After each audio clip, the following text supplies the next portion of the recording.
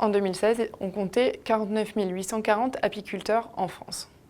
Parmi ces apiculteurs, on comptait à l'intérieur environ 4 000 apiculteurs professionnels qui pouvaient être soit plus réactifs, c'est-à-dire avoir une autre activité générant des revenus autres que l'apiculture, soit spécialisés, c'est-à-dire que l'apiculture constitue pour eux leur seule source de revenus.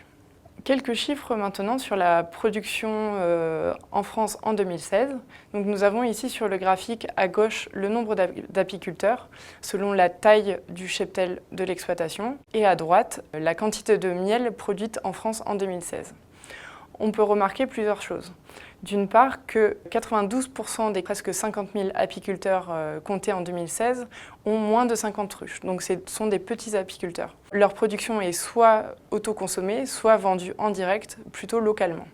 Ensuite, les apiculteurs de plus de 150 ruches constituent seulement 4% des apiculteurs français, mais ils représentent 63% de la production française en 2016.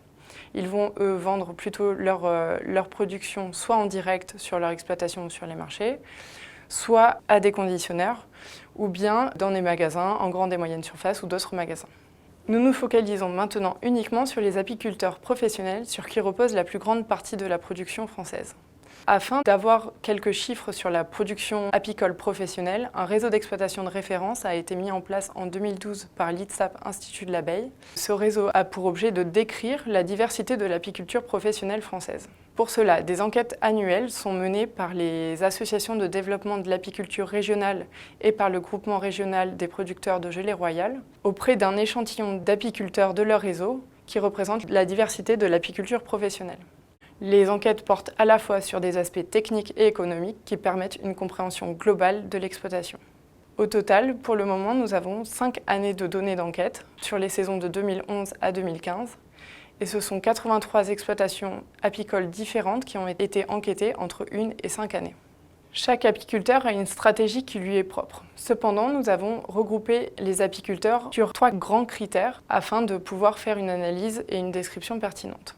Le premier grand critère est celui de la production et de la gamme de produits proposés et produits par l'apiculteur.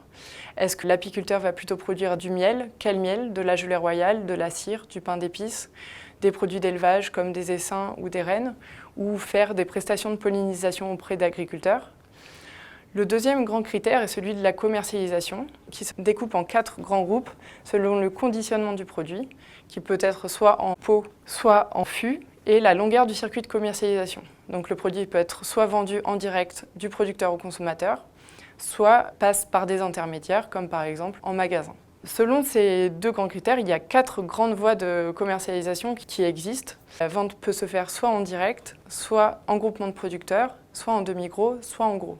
Enfin, le dernier grand critère est celui de la transhumance, c'est-à-dire les déplacements de ruches sur les lieux de production qui peuvent être plus ou moins éloignés du siège de l'exploitation.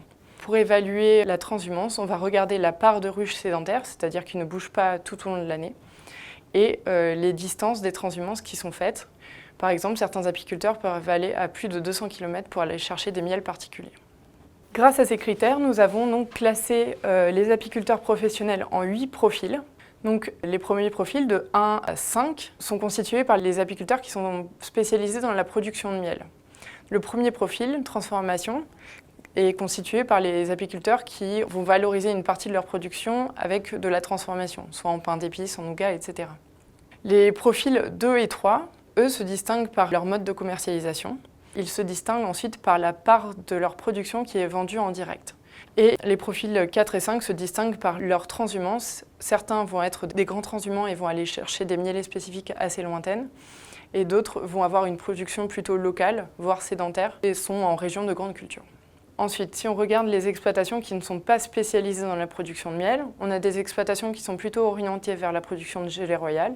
Ils peuvent être soit spécialisés dans la production de gelée royale, c'est-à-dire que toute l'organisation de leur activité va être tournée autour de la production de gelée royale, soit plus diversifiés et ils vont alors avoir à la fois un atelier de production de miel et un atelier de production de gelée royale.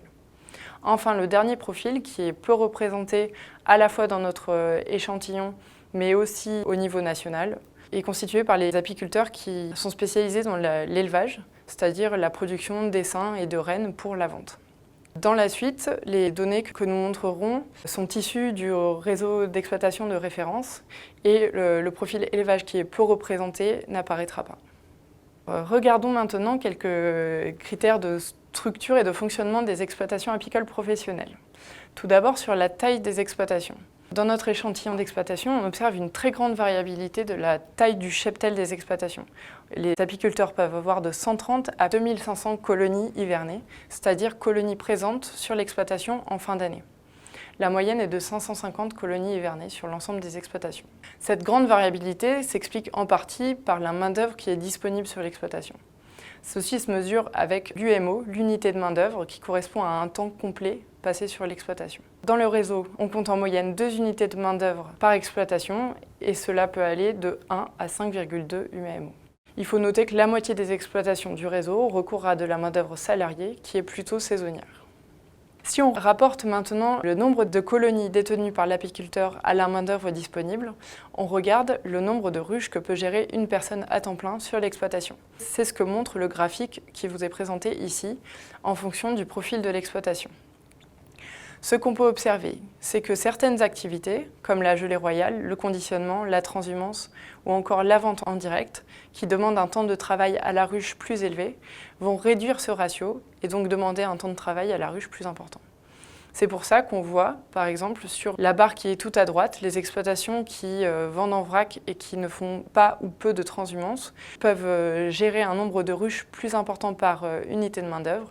La moyenne est de 640 colonies hivernées par UMO, contre 295 colonies hivernées par UMO en moyenne sur l'ensemble des autres profils. Les barres verticales sur le graphique représentent les écarts types, c'est-à-dire la variabilité qu'on peut constater à l'intérieur des groupes. Et cette variabilité peut s'expliquer par plusieurs facteurs, du fait déjà de la diversité des ajustements que peut faire l'apiculteur à l'intérieur des mêmes profils, sur la gestion du cheptel, la gestion de son renouvellement de cheptel, les parcours de transhumance qu'il peut faire, mais aussi par l'expérience de l'apiculteur, son niveau technique ou bien les contraintes personnelles qu'il peut avoir. On a vu sur les profils que la commercialisation était un critère de regroupement. Le graphique ici montre l'impact des choix de commercialisation sur les prix de vente. Donc les prix moyens de vente du miel par exploitation en fonction du profil de l'exploitation. Les prix sont des moyennes sur les saisons 2011 à 2015. On constate qu'en moyenne, pour les exploitations qui vendent en vrac, c'est-à-dire du miel non conditionné, la moyenne est de 5,8 € par kilo, alors que pour les exploitations qui conditionnent leur miel, la moyenne est de 9,7 € par kilo. À l'intérieur de ces profils, il existe une grande diversité de prix du miel qui peut s'expliquer par le type de miel qui est vendu. Si c'est de l'acacia, du miel de lavande ou du miel toute fleur, il ne sera pas vendu au même prix. La localisation de l'exploitation ou encore les signes d'identification de la qualité et de l'origine, comme par exemple le label agriculture biologique ou les appellations d'origine protégée ou encore les indications géographiques protégées. En résumé, nous avons pu toucher du doigt la diversité de l'apiculture professionnelle, de l'apiculture de loisirs à l'apiculture professionnelle. Pour les apiculteurs professionnels, chaque apiculteur doit choisir son système en fonction à la fois de ses objectifs personnels, de ses ressources, mais aussi en fonction de l'environnement de l'exploitation. Par exemple, quel est le marché disponible, quelle est la flore présente autour de l'exploitation, etc. Donc, pour pouvoir s'installer, l'apiculteur doit se poser un grand nombre de questions. Quels produits vais-je produire? Comment les valoriser? Avec quels outils de production? Quels moyens humains? Quelles infrastructures? Et quelle gestion des colonies pour atteindre mes objectifs? L'installation en tant qu'apiculteur professionnel est ainsi un long processus et doit être bien réfléchi.